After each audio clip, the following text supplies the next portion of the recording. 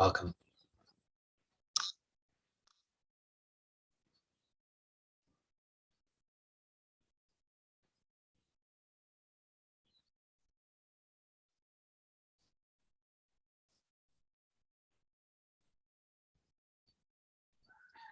So let's begin with clarity on our intention. So why are we here?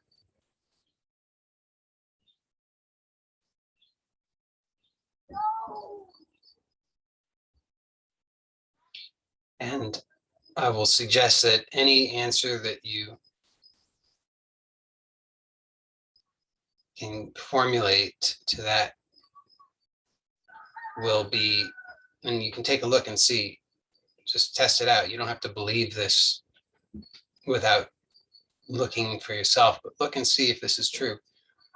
That the answer that you formulate, if you formulate an answer, it's a reaction to something that you don't want, or something you think you don't want.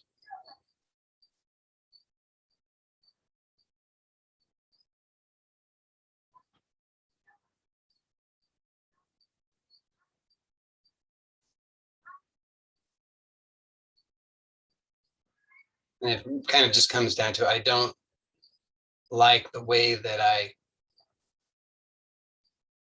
feel, or I don't think I like the way that I feel. And I want to get rid of that. And then whatever story I come up with in order to try and counter what it is that I don't want is really just a reaction to that. Now, I've talked about this before, talk about it a lot, but it's, I think, very significant, which is why I mention it often. So our intention is very powerful. The intention that we have, whether we're aware of it or not, it shapes our entire perception. And you can notice that that all that you have, so to speak, is your perception. So everything that you believe is objectively occurring is in fact only your perception. And so anything that occurs is only knowable through your perception. That's obvious, but we don't always notice it. So you can just look to see that there is nothing that you can experience that is outside of your perception of it. And so the idea that there's some objective reality out there that you are separate from really falls apart in the light of basic, simple observation. And so then this intention is extraordinarily powerful because it shapes the perception. And so if I have an intention that's a reaction to what I don't want, so I say, I want to be happy. Sounds so innocent, sounds so noble. But it's a reaction. It has to be a reaction because the notion that I want to be happy presupposes that I'm not happy, or at the very least that unhappiness is a possibility, that unhappiness is a reality, and that happiness is the antidote to that. So I want to be happy, or I want to be free, presupposes that there is some reality of bondage. And so if my intention is in fact a reaction,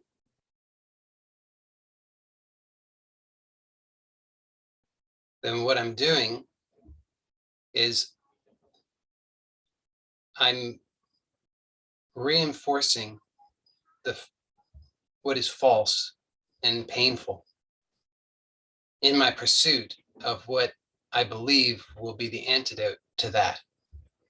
So in other words, if I say, I want to be happy, what I'm actually doing is reinforcing unhappiness, because my intention what generates that perception. Perception is one, in this case, of unhappiness. Even though I say I want to be happy, because that desire for happiness is actually a reaction to the false perception of unhappiness. So today, well, so let's first of all get clear on what is the intention.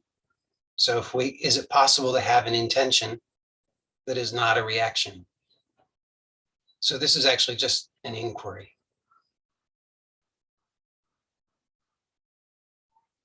So if we try to arrive at an answer that we can latch onto, then all that we've done is basically just turned around 360 degrees and we're right back where we were, again, with some sort of reactive intention. So instead of doing that, the invitation is, in a sense, to just go 180 degrees, to notice who's even looking.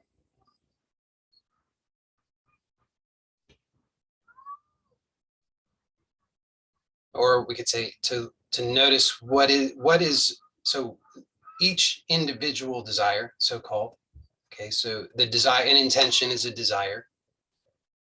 Okay, so each desire, each intention is, what is its source? So if I have a desire, I desire to be happy. What's happening is there's this sort of threefold division. There's the one who desires, there's the desire, there's the object of the desire. So I desire to be happy. So I am the subject, desire is the means, the object of that desire is happiness. So it's a threefold division.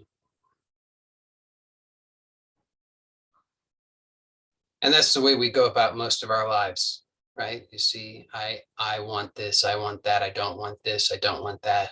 I'm doing this, I'm not doing that.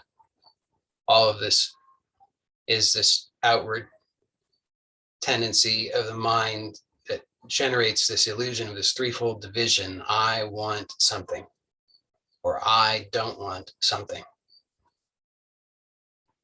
Which does what? Take a look at your experience and you'll see all of it's a vicious cycle, because the more this occurs, the more of this anxiety seems to be substantial. This sense of, oh, something's off, something's not right, can't get comfortable, can't get settled, nothing's okay, nothing's ever quite right. And of course, because we're out of sync, we're out of step with ourselves, we're beside ourselves, we're not really at ease or at rest, because of this falsity of this threefold division. So here we're looking, who or what is the source of the intention? What is the source of the desire? What is the source of the longing? And it's not a question that you can come up with the correct answer to in the mind, but you can look to see, and then it becomes very obvious. Who? You, right? Obviously, you are the source. It originates in you, from you. So now just notice that self.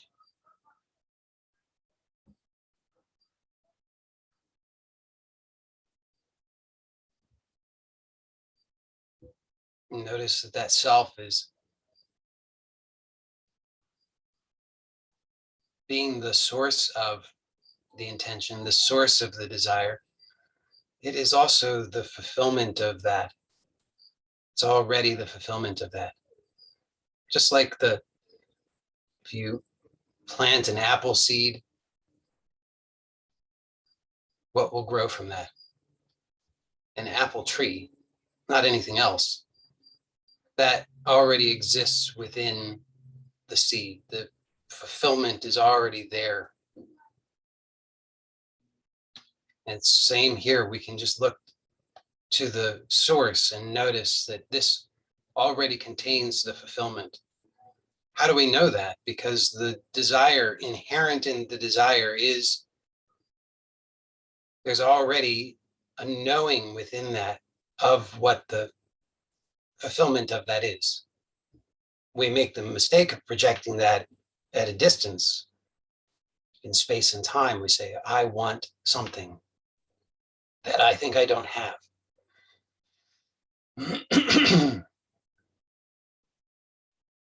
But the very inherent in the desire, just look and see. Just, it's very simple. You don't have to analyze it with your mind. Just look directly and notice already inherent in the desire. There's a longing. You notice this longing, and you think it's a longing for something. But notice if you just look to the longing itself, the desire, the intention, if you just look to that, which is where it's here, right? You experience it. You experience it now. It arises in you. It's one with you. It's of you. So you just look here. You don't have to go looking for it anywhere. It's here. It's very simple. And then you just notice that already within this desire, inherent within it, there is already the fulfillment. And what do I mean by that is you notice that it seems that within it is this promise of something. Otherwise, you wouldn't give any interest to it. It's only because there's a promise within it. The promise of fulfillment is in it. That's why it's so intriguing, interesting. It's because of the promise of fulfillment. So look, how could that promise of fulfillment be there unless the fulfillment was already there?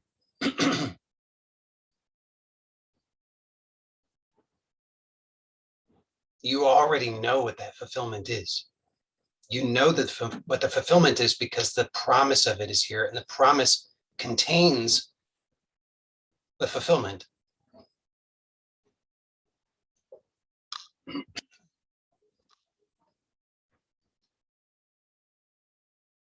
So now what we can do is, instead of looking at a distance in space and time for the fulfillment, which is an illusion, it's a threefold division that's false, we can just look to see here and now.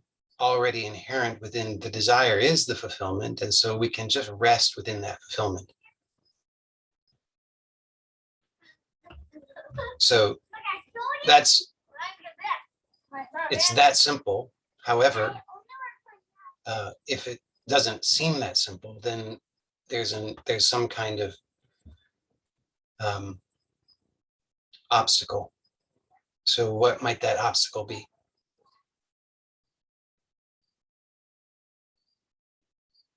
The obstacle would have to be that there's some sort of doubt. Doubt says, I'm not so sure. Because if we know for sure that the fulfillment is here, you want fulfillment, you desire fulfillment, you don't desire unfulfillment. The whole thing that motivates all of this action, all of this activity in pursuit of something, it's all a sense of lack. It's all a sense that there's something missing, something off. So in other words, a lack of fulfillment. Fulfillment, if we experience and know fulfillment already presently, then there's absolutely nothing that would motivate us to pursue fulfillment at a distance. Think about that for a second. If you already are satiated, you won't be motivated to pursue food. You pursue food if you perceive that you're lacking, if you perceive that you're hungry, if you perceive that you're in need, then you will follow the food. So the carrot dangling in front of you will not lure you away from here if you're already satiated and you're clear on that satiation. But if you perceive, oh, I'm really hungry, I'm starving, I'll die without it, then the carrot on the stick, it lures you away, you pursue it. So it's the only obstacle here is there's a doubt. I'm not sure that I'm fulfilled already. I'm not sure that the fulfillment is here. So we want to clear that up. So the lack of clarity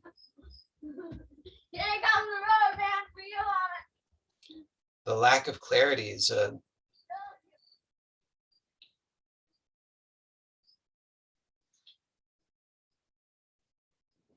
it derives from this sense that I am this separate person, bound in space and time, fundamentally bound by space and time. Okay, so let's explore that in our direct experience. So to make it easier at first, let's close the eyes.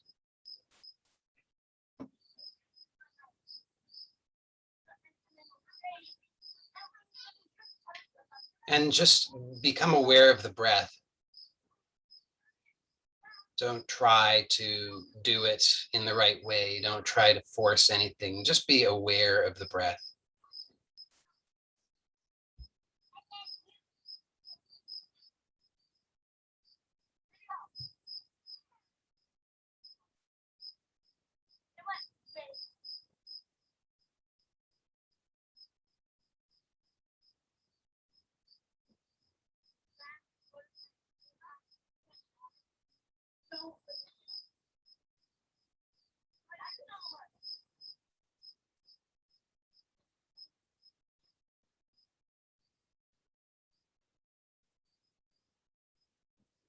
And allow yourself to just relax. So you're not trying to force or control the breath, but you're just relaxing the breath. So you notice where there's unnecessary effort, where you're trying to squeeze or hold or force or do anything with the breath, and just let it become very relaxed. So there are no rules here on how to breathe, how it should be.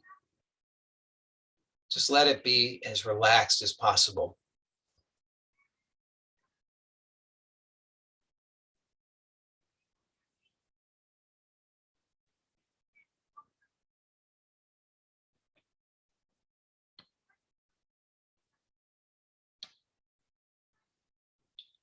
And now we're going to just be aware of the breath, but in a particular way. So as you're inhaling, what I want you to do is just be aware that you're inhaling. Just be aware of the inhalation. And see that you can remain aware of that inhalation through the entirety of the inhalation. So you're keeping your focus very gently just on the inhalation. And it might help just to remain aware of a particular point. So you might just be aware of the inhalation at the nostrils, for example, or anywhere that's convenient and comfortable for you, but just kind of gently keep your attention on that point as you notice the inhalation.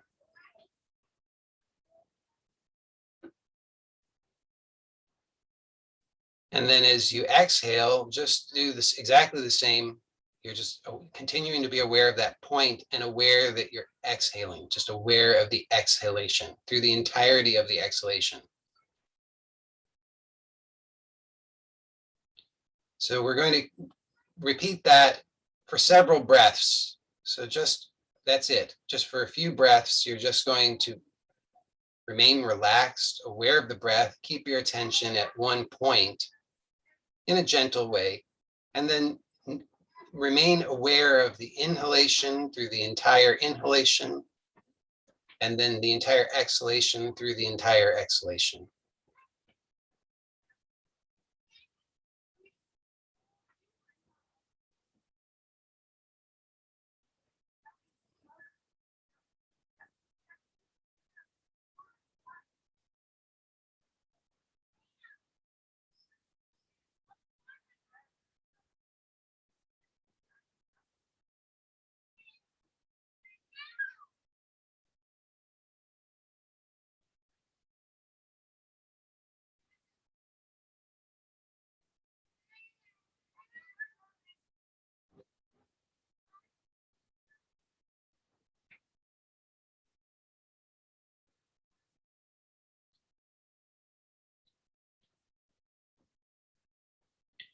Now, that might seem very, very simple, or it might seem difficult depending on various factors. The next thing is I'd like to point out something. So you just continue to be aware in the same way, but now notice on the inhalation, notice that all there is the inhalation. Notice that there is no exhalation, only inhalation.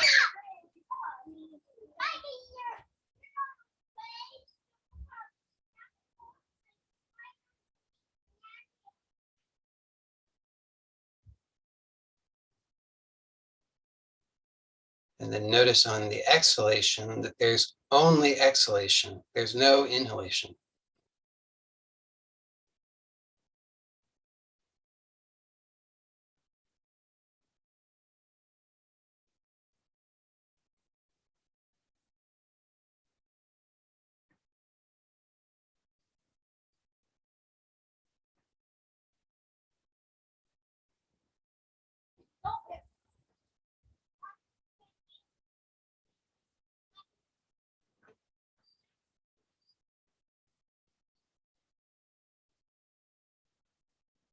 So this might seem so simple that the mind kind of checks out, but become curious about it. Be very, very curious. There's really something quite amazing to discover here. So be curious about it.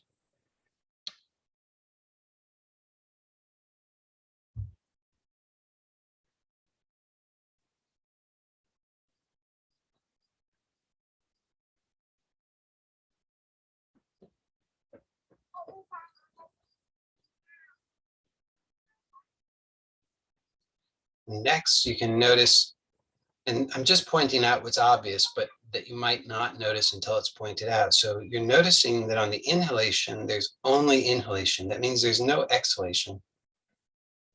So now notice on the inhalation, what has happened to the prior exhalation? It's a little bit of a trick question, but just notice.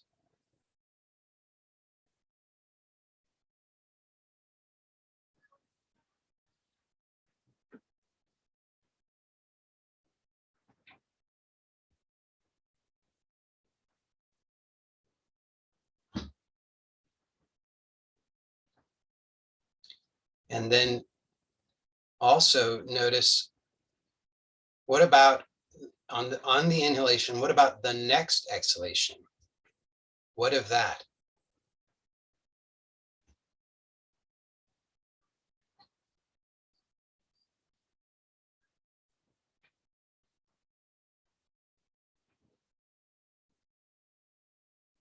And then notice on the exhalation, what can you say of the prior inhalation? Where has that gone?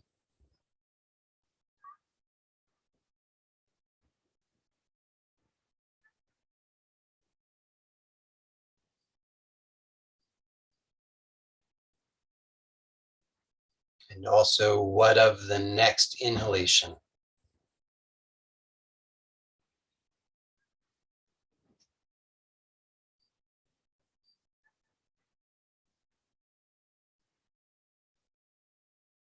So we'll take several more breaths this way. Just remain very curious and watch in this way.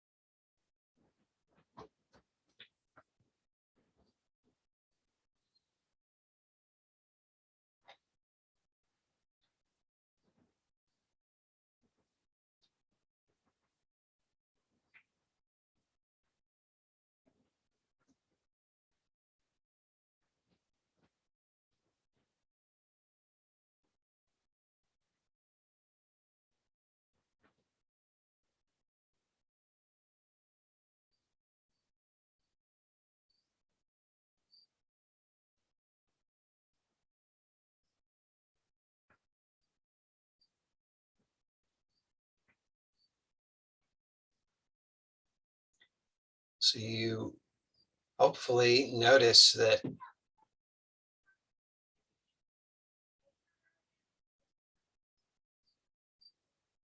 as has already been said, on the inhalation, there's only inhalation.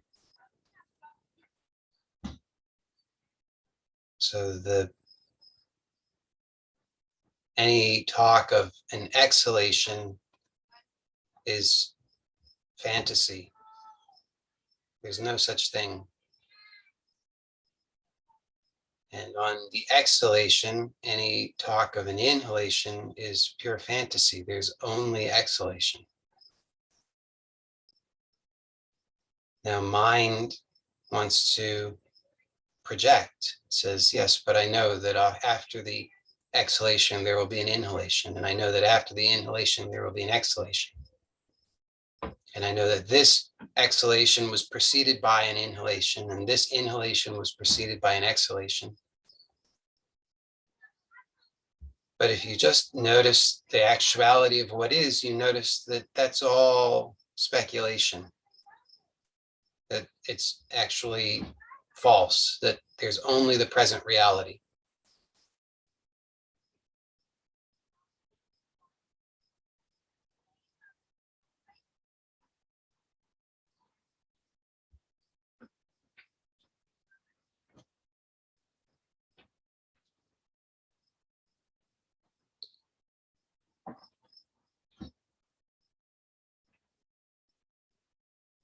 So there are two levels to this that I want to point out. So just continue to gently be aware of the inhalation, the exhalation, and notice that even though there is a tendency to project, that the reality is only what is present. And I'll point out a few things that, as you continue to be aware in that way, I'll point out a few things that are also obvious, but that we tend to overlook. So in exactly the same way, what actually is uncaused. So in the same way that we imagine that this inhalation was in a sense caused by the prior exhalation, but that's false when we look in our direct experience. In exactly the same way, we believe that we are caused by our past. So this person has a past. This person's past determines who this person is. This person's past has created the present. But you can now expand this awareness. So same awareness, but expand it beyond the limited context of just the breath awareness, and notice that the whole sense of self, the whole sense of being some person, is predicated upon this notion of the past. So again, this whole sense that I am bound by time and space. I am bound by the past. My past determines my present and my future. And just notice that if you expand the same observation, this direct perception, you'll notice that yourself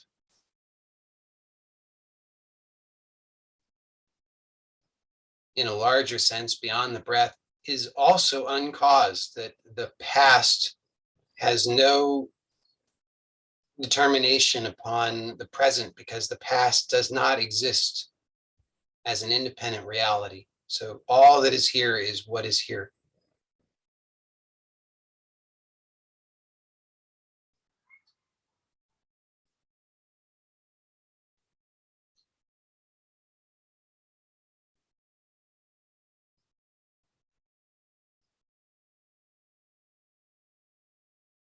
And also that there is no any anticipation of the future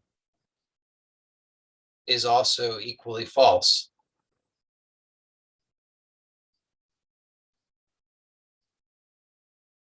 that any anticipation of the future has no independent existence and cannot bind the present. So this present is actually completely free. Just notice in your direct experience that this is what I'm pointing to is actually true, because it is true. It's not something you have to create. It's not something you have to imagine. It's just a statement of fact about what is.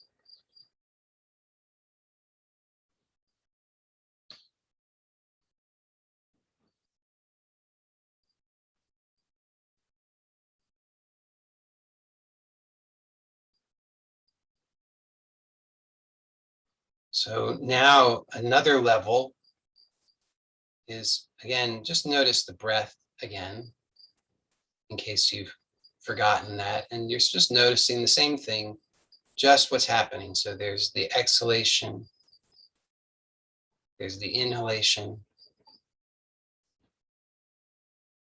and the tendency to believe in these divisions as having some sort of independent reality that affects me tends to give rise to this kind of anticipation or rumination, projection of all kinds, which we can counter just by being very present and attentive, as we've done. But we can also start to notice something else, which is that this breath is taking place in awareness. And what I mean by that is just simply the fact that you are aware. So you just notice that you're aware. You're aware of the inhalation. You're aware of the exhalation. And you're equally aware, regardless of the content. So regardless of whether we call it inhalation or we call it exhalation, or even if we call it anticipation or projection or rumination, whatever we call it, whatever the experience seems to be, we can notice that I am aware.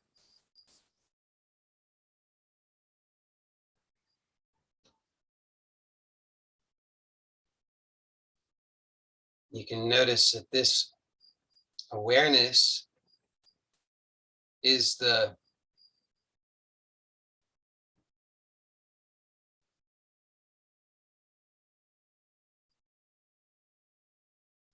context or the container of all experience. So whatever experience, whatever perception seems to be happening, it's happening in awareness. I am aware of it. I am aware.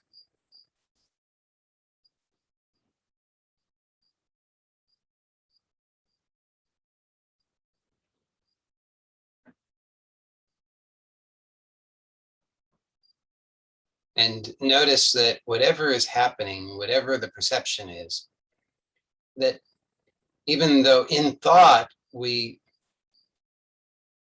think of it or conceive of it as happening in this subject-object fashion, we say, I am aware of the experience. Notice that in reality, in direct perception, there is no division. There's just simply this one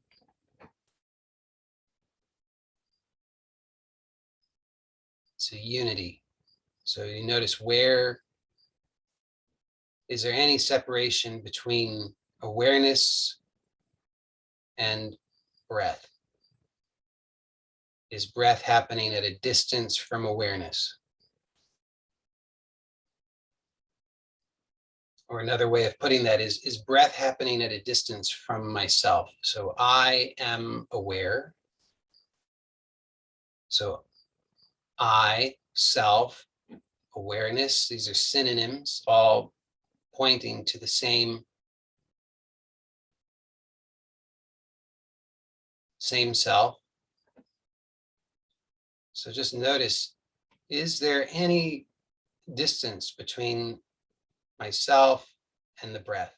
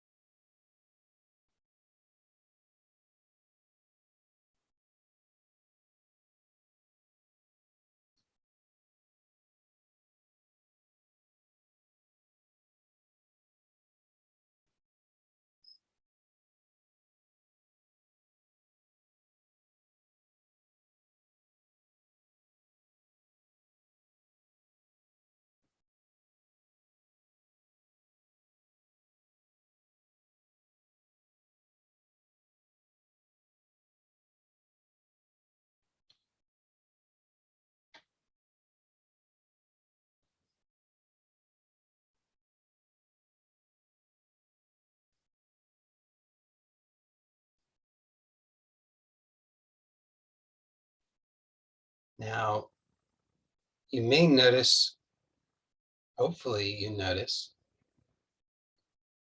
that what I'm referring to as yourself, awareness,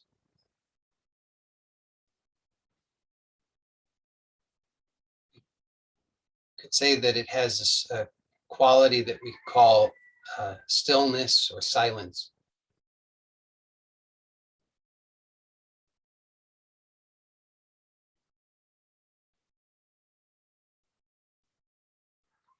And that stillness or silence is really just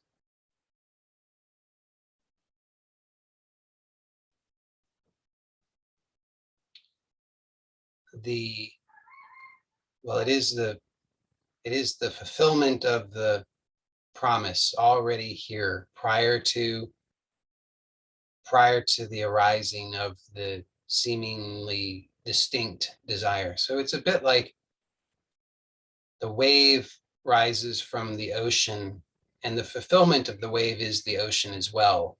So why does the wave rise from the ocean? We don't know, but we know its fulfillment is the ocean itself, because it returns to the ocean. And so here too, in the same way, you can notice that yourself, this presence prior to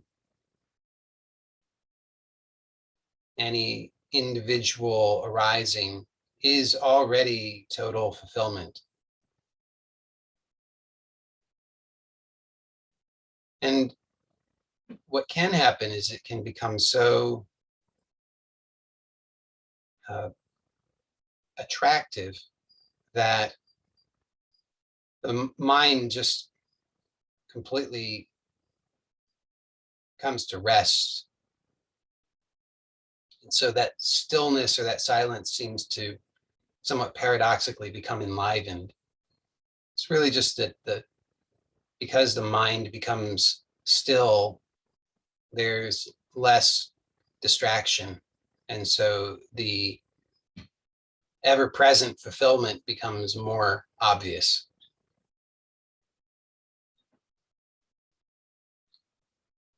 So if you notice this, then this is it's very, very important actually, although it's easy to overlook the significance of it.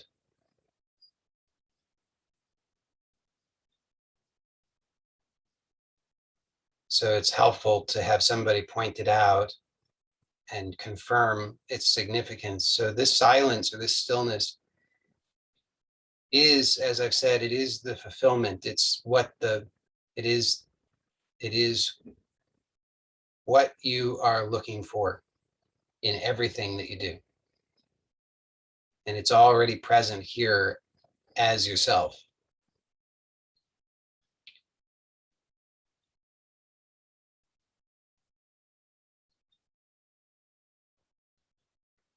So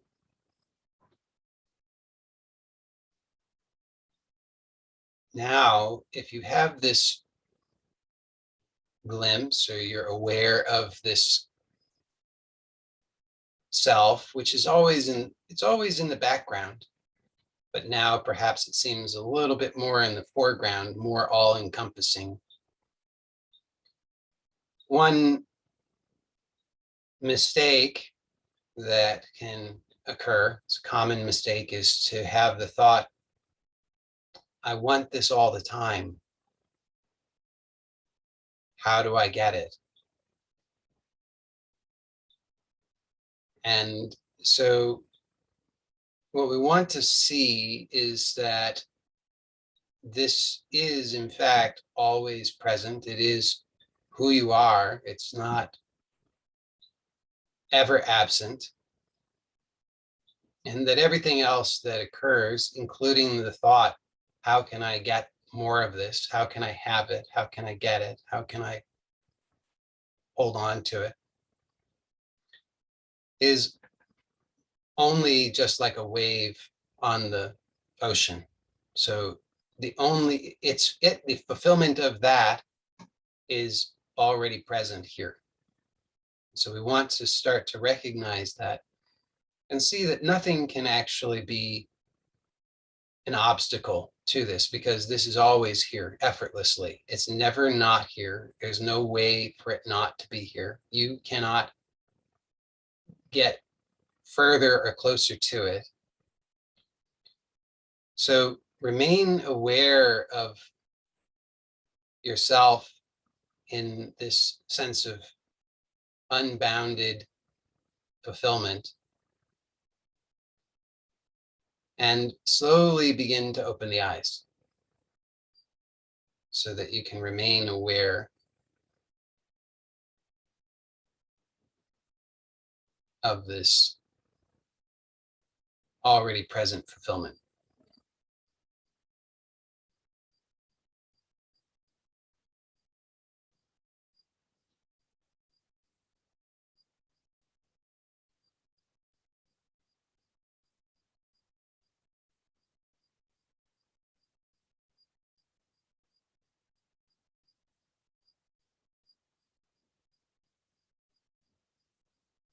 Now, you've already seen, hopefully at least,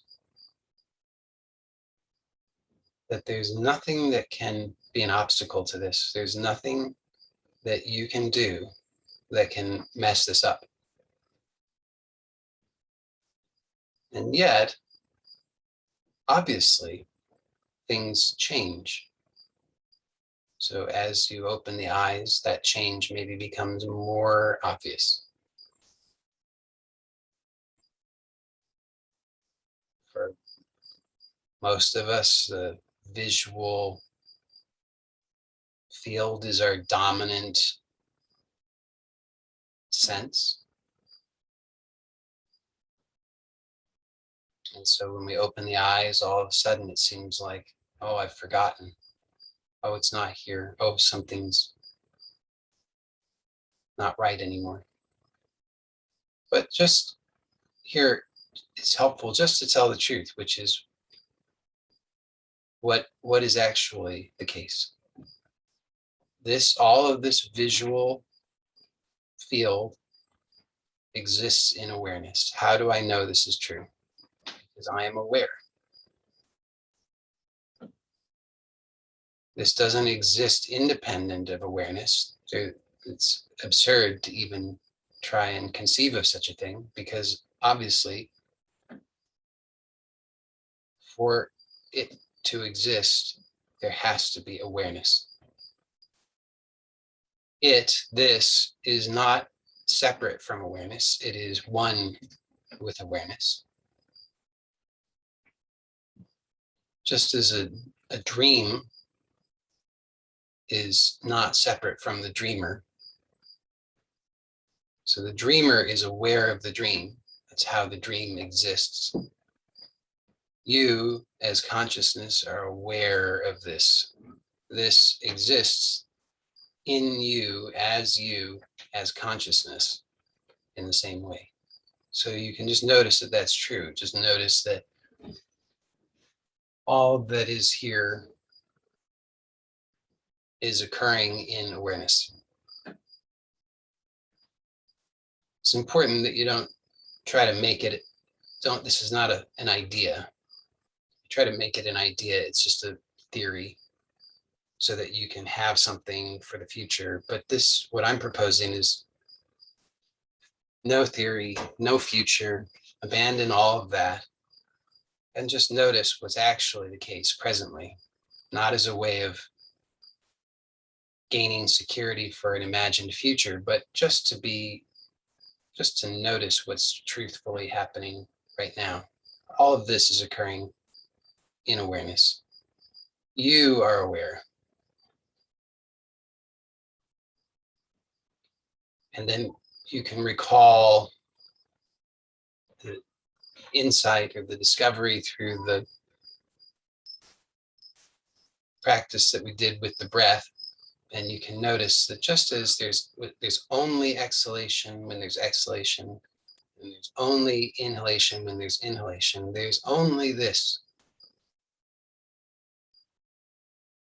And so all of the notions of something prior, something after, something beyond, all of those are notions only. They're only ideas. They're just projections. What is for sure is this. And this, without a past, is simply this. You can just see how, in order to try to understand this, you have to look to an imaginary past. And the instant you do that, you're imagining that you are bound. Because the instant you look to the past to tell you about this, you're saying that this is caused. This right now is caused by what? By the past. The past tells you what this is, therefore the past causes this, meaning this is bound. This is no longer free, which is a lie, because in direct experience, obviously this is free. How do you know that it's free? Well, look, again, just look to yourself. Just notice, I am free. In reality, in direct experience, not as a thought, not as an affirmation to, again, try to get to freedom in the future. Rather, just the present reality. I am.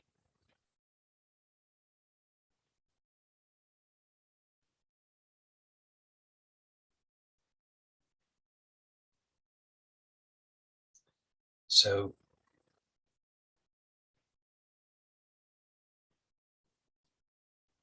of course, then what we want to be clear about this, all of this, all of these pointings, all of the exploration, all of this is not a prescription so that you can know how to get something in the future. And none of it is to say that in order for you to be free, there's some condition that you need to ensure is taken care of first, meaning you don't have to be present in order to be free. You don't have to keep your attention on the breath to be free. You don't have to feel good to be free. You don't have to remind yourself that there is no past in order to be free. You don't have to have the thought, I am free, to be free. Freedom is always the case. So all of these other things are only just to help clear up the confusion. So we can imagine a snake in the rope. And as long as we imagine the snake in the rope, then we're afraid because there's a snake. And we need techniques then to remind ourselves there is no snake, it's only a rope. There is no snake, it's only a rope. And maybe we catch a glimpse and we say, oh yeah, I'm pretty sure it's not a snake. I'm pretty sure it's a rope. But the doubt remains because we're not thoroughly clear on the matter. Once it's revealed beyond a doubt, it's a rope. Then it's clear that there is no snake. There never was a snake. There never will be a snake. All of the fears that arose from the incorrect perception that there was a snake vanish when we see clearly that there is a rope, not a snake. And in the same way, all of the techniques and the pointings are to help recognize that all that we perceive as something separate, as something at a distance, as something bound, is in fact only ever the awareness that I am. And once that's recognized, and there are oddly, seemingly degrees of recognition, but once it's really recognized adequately, then the need for you don't need to depend upon the techniques. It's not about arriving at a state and staying at that state. Because if you have to arrive at a state and remain at that state, that's not freedom. So freedom is already the case. That's the good news. And then in order to really recognize that, there has to be some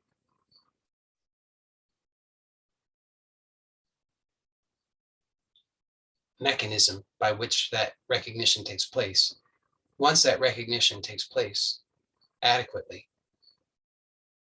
then it's a mistake to think, oh, I need to do something in order to maintain something, because that's still making the mistake of believing that I am something bound.